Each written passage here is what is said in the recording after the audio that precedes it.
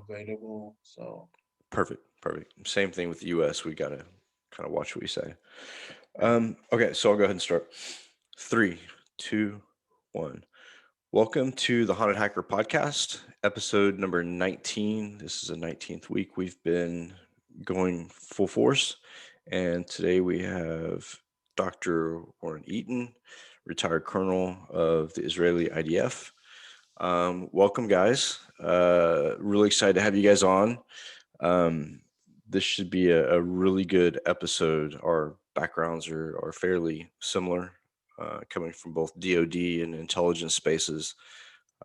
And we both have probably a unique look at cybersecurity and geopolitical issues that motivate those cyber attacks and defenses.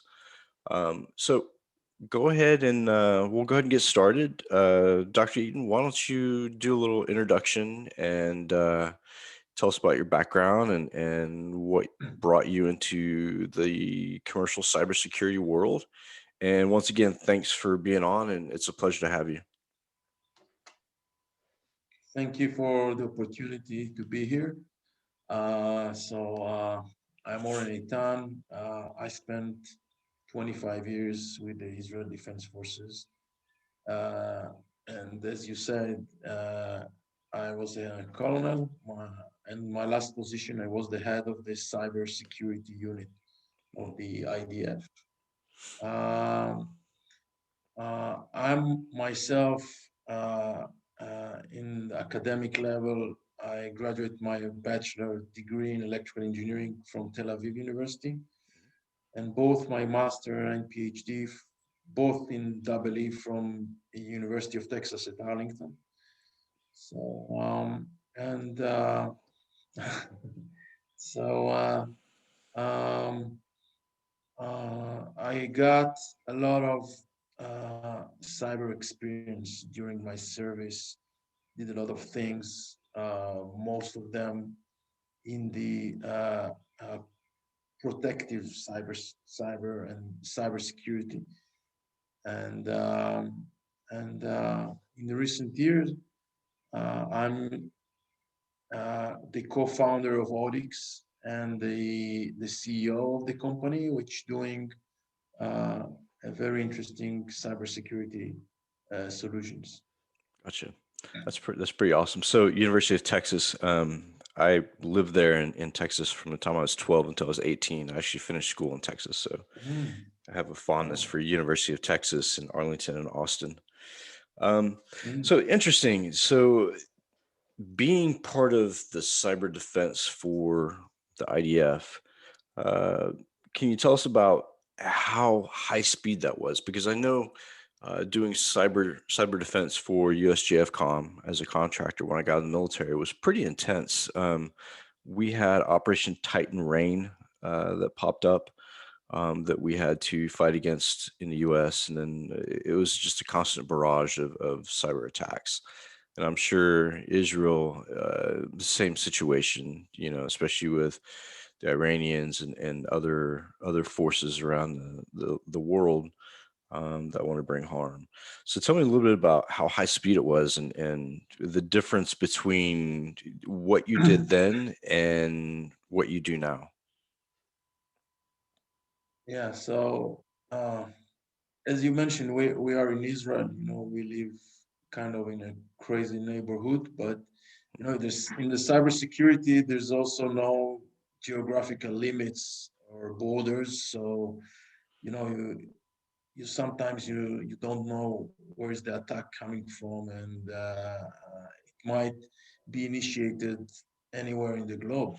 Mm. So uh, during the service, it was very intense because th- this is the real life and the real cyber warfare. Mm. Because the Israeli army is very well relied on technology and very high tech, weapons and all kind of communications, and everything is digitalized. And so on one hand, we are very advanced, but on the other hand, it makes us vulnerable a little bit. So the challenge is great because if you look at, for example, at the regular borders, so you put trying to put a fence all over the borders. So here, again, you need to cover all aspects of cybersecurity. You're trying to close all the vulnerabilities, all the gaps, all the potential holes that might be in your network, and this is challenging. And this is challenging in a way that it's a day by day, work that never ended. And but personally, it's very satisfactory as you look ahead and you said, okay, well, we were able to do this, and at the end of the day, you're also able to monitor and see your achievement because you see where you were attacked and what hackers were and from all kinds of we're trying to do. So it's very challenging. It's very wide. It's very wide. It requires a lot of skills because there's so many systems. Starting from IT and simple computers, going all the way to communications, going all the way to weapons of all kinds with communication links and so on. So, um, very interesting. Yeah, I think that's part of the key piece to the future when we look at cyber defense. It's not just one set of systems, right? We have satellites and the formation of the Space Force in the U.S. with their cyber capabilities, focusing on orbiting satellites and geostationary stuff, which is really interesting to me because the threat landscape has grown so much in the past 15 years. It's almost unbelievable. I think it was a very paramount statement when, and I have to applaud Israel for it, when Hezbollah was attacking Israel with a cyber attack, and Israel said, look, that's an active war, and we're sending some welcome gifts and bomb that entire building down to rubble. I think that's the way we have to go. The U.S. Made a statement shortly before that any attack on the critical infrastructure through cyber means would be declared an act of war.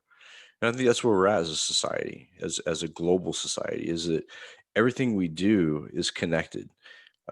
Hospitals, emergency rooms, operating rooms, governments, infrastructure, it's all tied into the internet.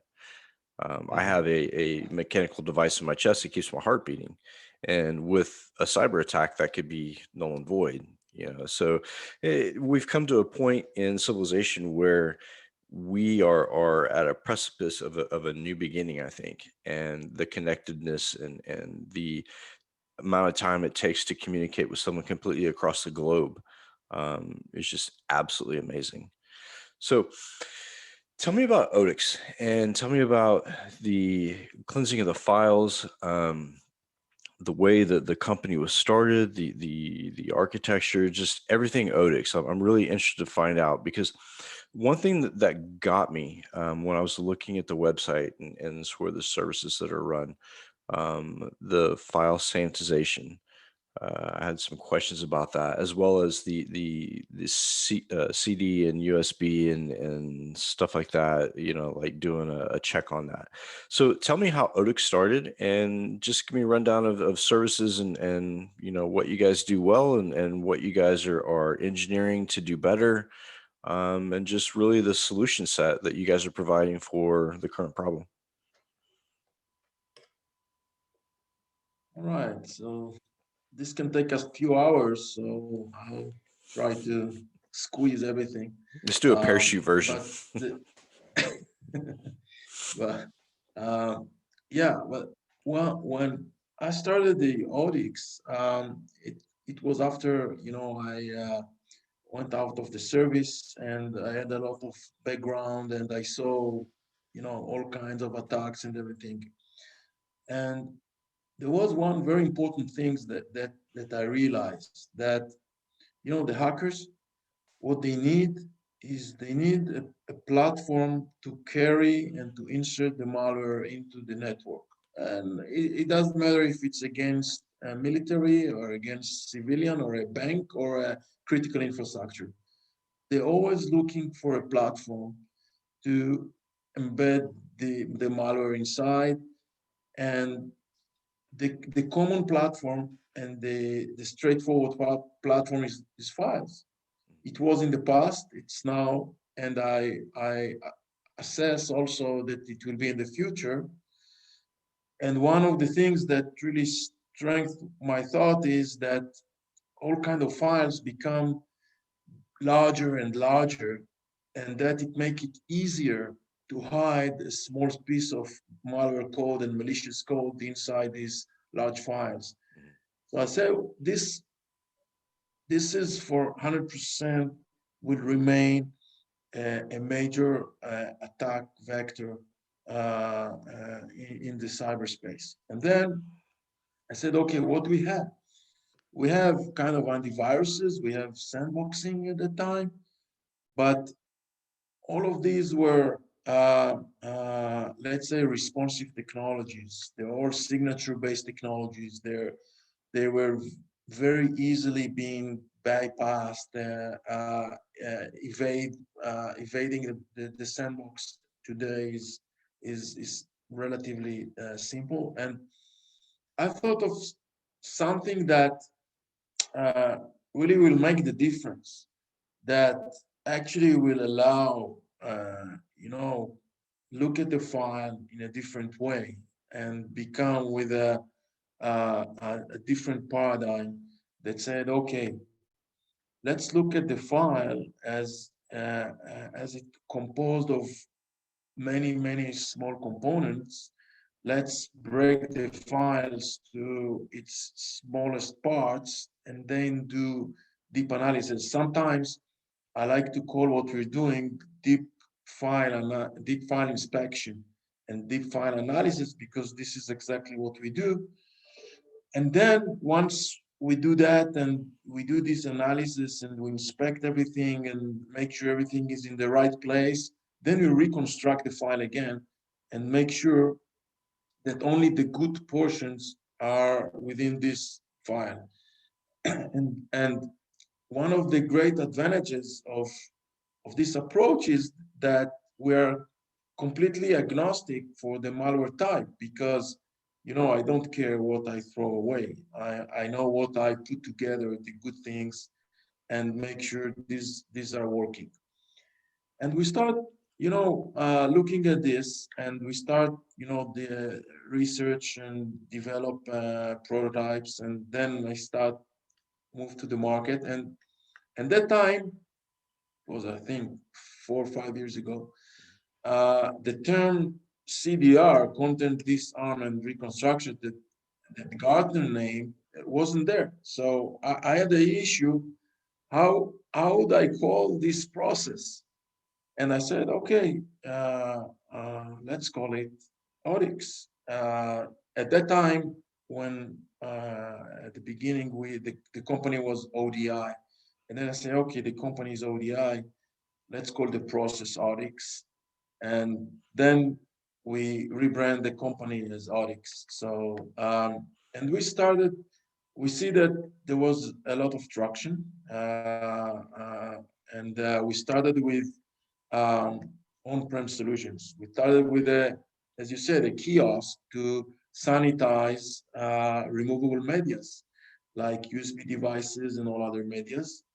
And then uh, we also developed server-based solution for enterprises. So you are able to install our servers in the server farm of the organization and uh, route all the incoming channels to our servers in order to sanitize these incoming files. So For example, if you download files from the internet, you route them to our server, we sanitize them. A very, very popular use case right now is during the COVID-19 that people work from home, and a lot of organization, they don't have any public coming in and out. So they do everything through the website. So the website become a major gateway and tool to upload files to the organization. Uh, for example, Tel Aviv municipality, Tel Aviv, I think is one of the top 10 smartest cities in the world. So in Tel Aviv, they found out that so many files are uploaded to the website. So they took our solution. So every file that upload to the website, we first go to our server, we sanitize it, and just after we sanitize it, we let it into the organization.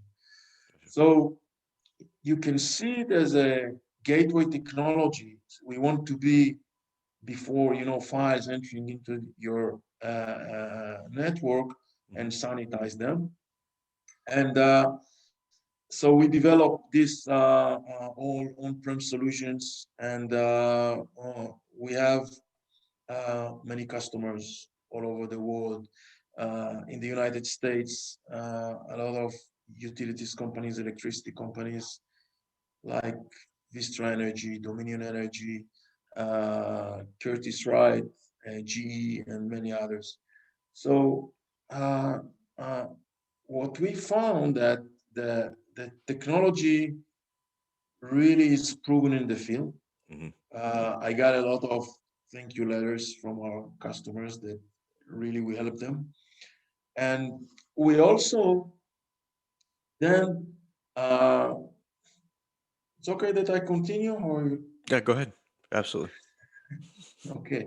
I told you it may take some Yeah, hours. absolutely. I'm trying to, to, okay, but so in, uh, in 2019, um, I approached to the European Commission and I told them, listen, over 90% of the business transactions and the businesses are run by small medium businesses, SMBs. Now, these SMBs, they're not aware of cybersecurity. They don't, have any cyber experts, not saying IT experts and so on.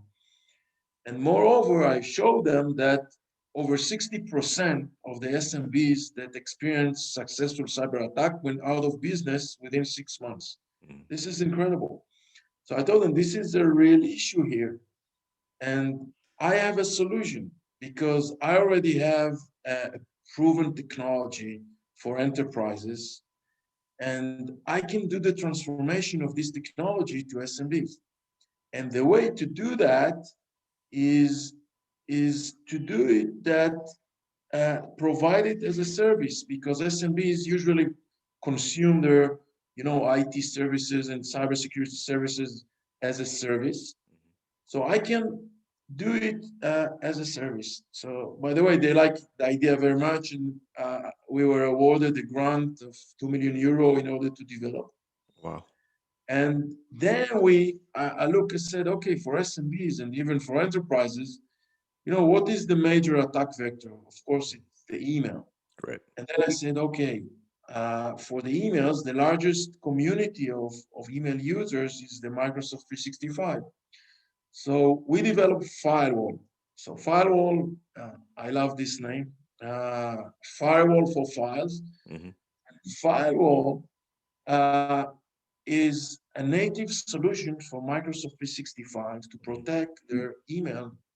And what I'm doing is that I've transformed the technology and make it accessible, affordable for SMBs through the Microsoft 365.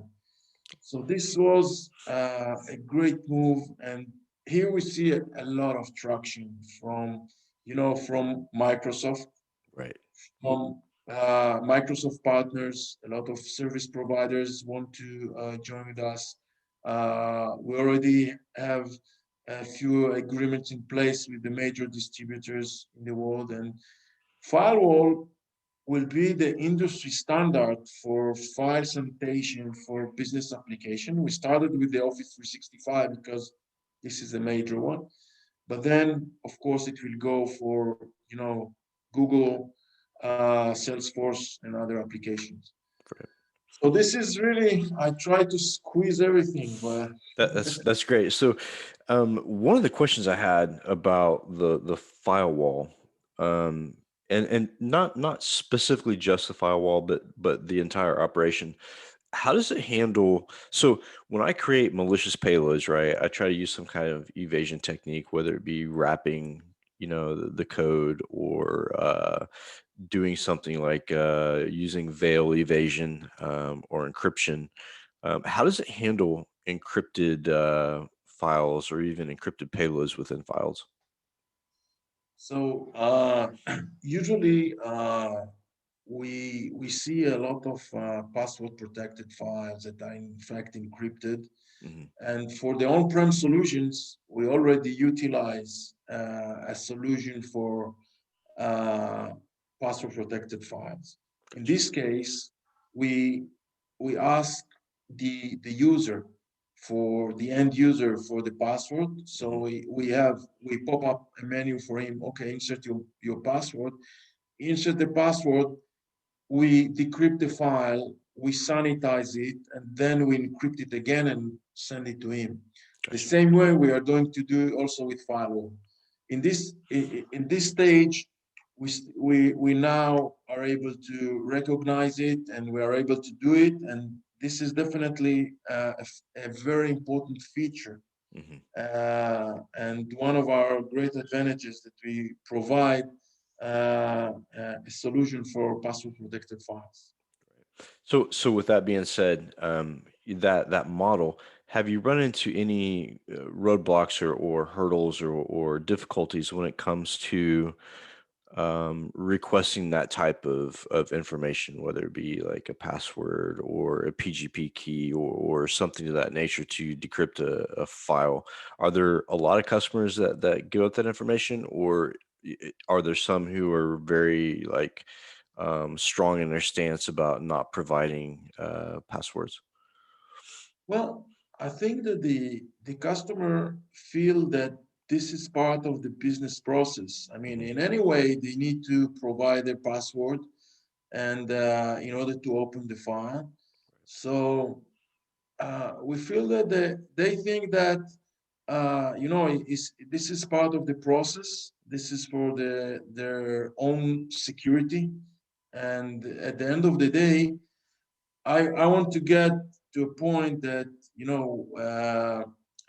we have in the emails that have passed through our sanitizer. We have a banner with a green V that I would like this to be, the industry standard. So everyone will look for this green V and say, okay, now I'm safe. I can open this file. Right. So this is very important, and I think people will look for this confidence because today they are confused. They don't know, which file to open, which file is a phishing, which file, you are not allowed. And we provide a level of confidence for the customers, so they will be able. Okay, I see the green V. I'm okay. I can open it. Yeah, it's so that's I've looked at other platforms. I worked in oil and gas for a while as a SOC director, Mhm. and reviewed some of the technology that people were bringing into corporate environments as far as inspecting email or file inspection and stuff like that. And I have to say that most of the platforms that I've seen so far have been just shy of effective because of the fact that the files that those platforms are looking at are hard to identify. The hashes are hard to identify because a lot of those companies still work off of the hash algorithm, right? To compare hashes to make sure it's a genuine, Hmm. non manipulated file. So I think that you guys are way ahead of that. So the industry as a whole, I think, is kind of behind you guys looking at what you're doing, because so far what they've done has not been effective, especially in user space here in the US. Privacy is a big deal, and I know that anytime I would ask for either a password or a PGP key to unlock a file that I found floating through our Ethernet, there's always pushback, and that's why it's a question, because Hmm. here privacy is like unreal, but those same people who are very staunch privacy advocates go home and load games on their phones from the Play Store and get infected 24/7. So, it's the whole pick and choose where you want to be stringent and a privacy advocate. So last week, Office 365, I believe, was compromised. There was something like 20,000 emails that, or 20,000 email addresses that were compromised because of the whole SolarWinds issue. And have you guys seen a huge uptick in your work and opportunities because of SolarWinds? Yeah, definitely. We feel that, with SolarWinds, uh, the Microsoft 365 was, kind of only a platform Hmm. or a channel, but the SolarWinds event itself was on an on-prem product and on-prem software updates that were distributing maybe through the Office 365. So um, I think it raised a lot of questions, a lot of issues. I think it we see that people are, see that it's every time people think, well, it happens there, it's not for me, it won't happen to me, and then so on. But I think that the as more and more cases happens, and they see here with the SolarWinds attack that it was very sophisticated, I should say, and very clever, and they were able to do substantial damage. So I think this is a, a kind of, let's say, similarity to Stuxnet at that time for the ICS, for industrial control systems, and for SCADA systems and so on. But here for IT and government and other entities, this is really, I think, very compelling event.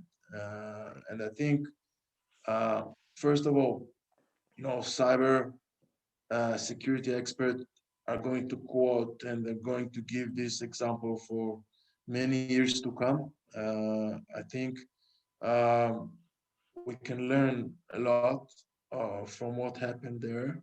Even though when you look at the component, each component by itself, we are aware, we know, but once it's been executed in real life and so successfully, then you need to, start thinking about it maybe a little bit differently.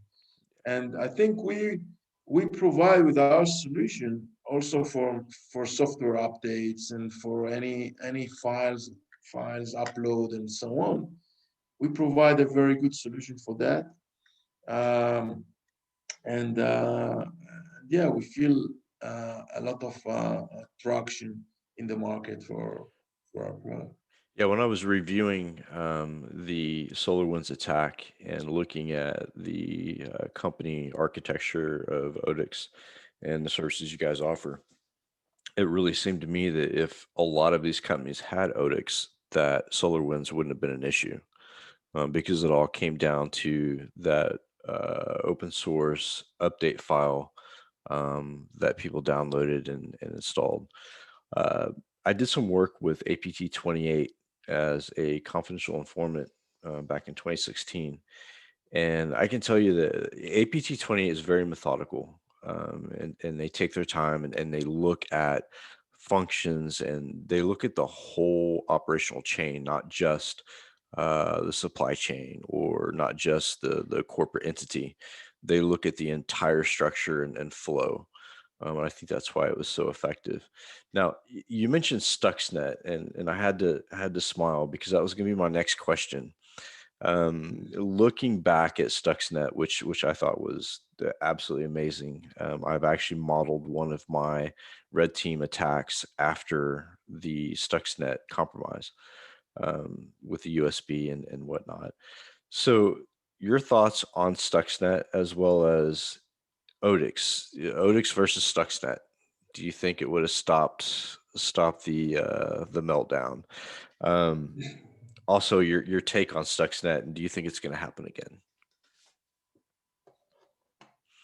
Well, I think that uh, Stuxnet in this way or another will happen again because cyber is the new frontier.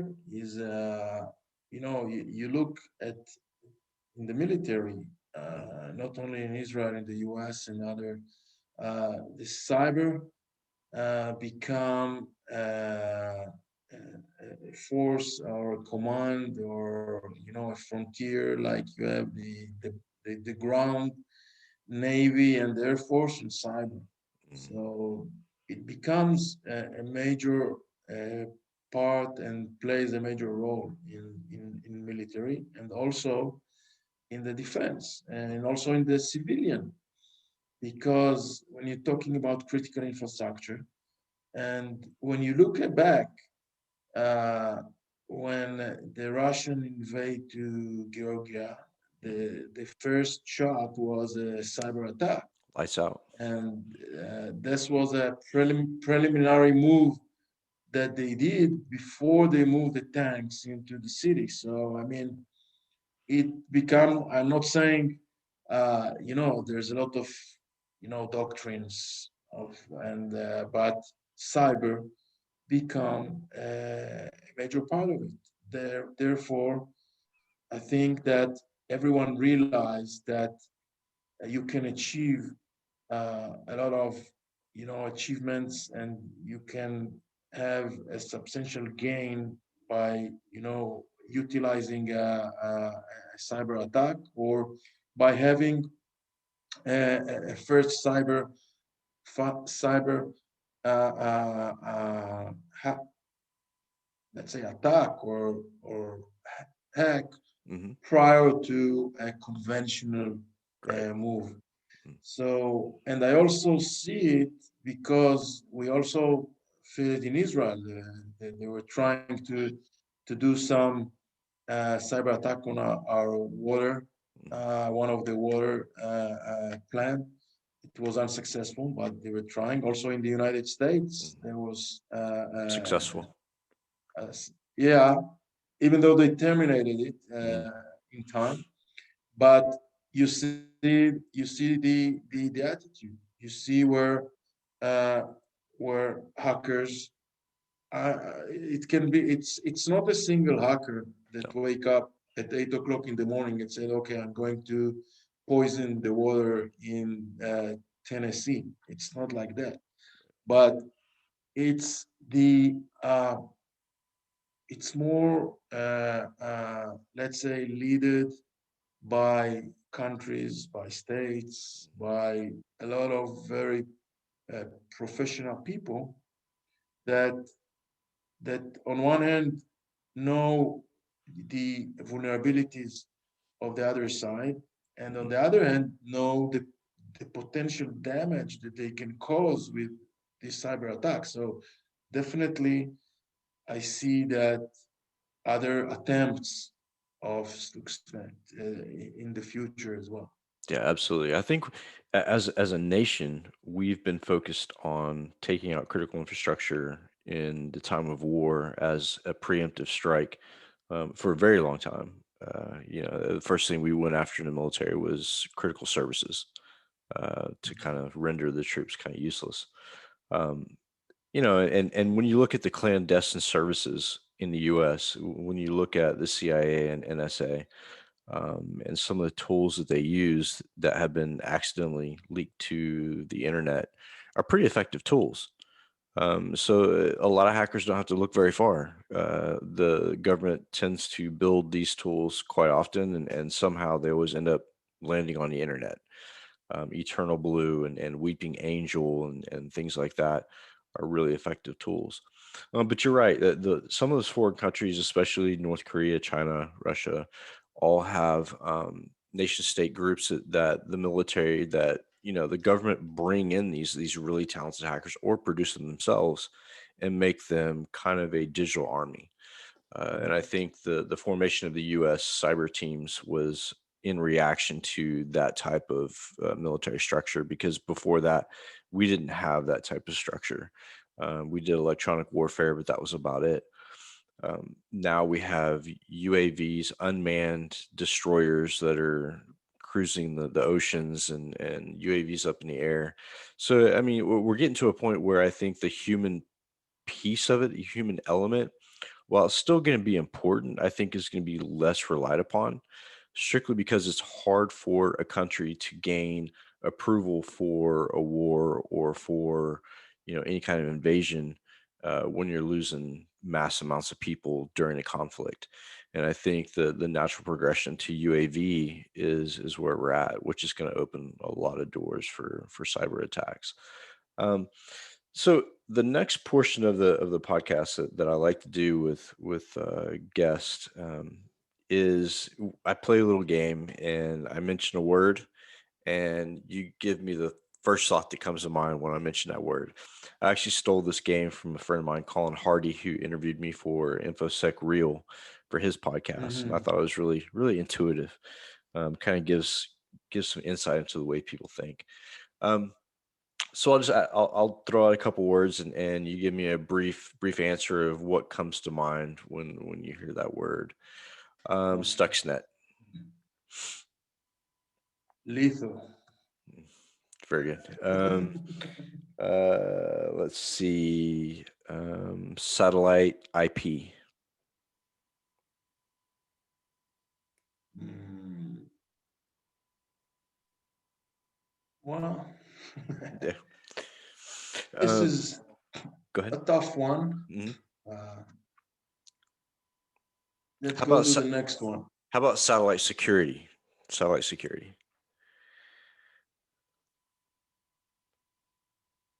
Satellite security. Yeah. Uh, Cybersecurity on the back of a satellite. uh, Doable. Doable. Well, Probably far off in the future, but definitely doable, I think. yeah. Um, let's see. We'll ask one more. Make it a good one. Um, U.S. Israeli cyber teams. Allies. Nice. Yeah. Yeah. I think the looking at Israel has always been one of the most impressive defense organizations that I've read about, that I've studied up on. I did a lot of work with USJFCom on the East Coast, and we had Israelis that came over and trained. And Mm-hmm. um, really impressive. It's just the amount of discipline that goes into some of the units in Israel is just amazing. Here we don't have the mandatory military enlistment after high school, which I think Yeah. is a disaster. I think that should happen. And I Mm-hmm. think that as far as our presidency goes, if the president hasn't served at least 4 years in the military, I don't think they should be allowed to run for president. Because I think what our country needs is someone like Winston Churchill, or somebody that has a strong military background, that's not afraid to make tough decisions. And right now, the U.S. really lacks that, I think. Um, but hopefully, we'll get there someday. But Israel seems to be a driving force in the Middle East, and yeah, I give you guys the most respect, because you're surrounded by people who don't want you to exist, but yet you're the strongest power in that area, which is really really impressive. I want to thank you for coming on the show. It's been an absolute pleasure. And maybe we can do it again sometime really soon. I know that the Sure. time zones are very difficult as we live completely separate sides of the world. I apologize for that. That's But fine. we'll get it together, and I really appreciate if you have any questions for me, go ahead and shoot. Any questions about the community, the haunted hacker community, feel free to ask. You have any questions for me before we sign off? No, just I would like to thank you very much for the opportunity. It was my pleasure as well to speak, the same level and profession that I like. So thank you very much. Absolutely. And I'm sure we'll speak in the future again. Absolutely. And you're welcome anytime on the podcast. It's every Saturday. We have a Discord server. If you have employees that want to share free information and gain knowledge, we're here. So have a good day, and I hope I didn't keep you up too late. And Yeah, it's fine. we'll talk soon. Thank you, All right. Colonel. Thank you very much. Thank you. Thank you, man. Bye.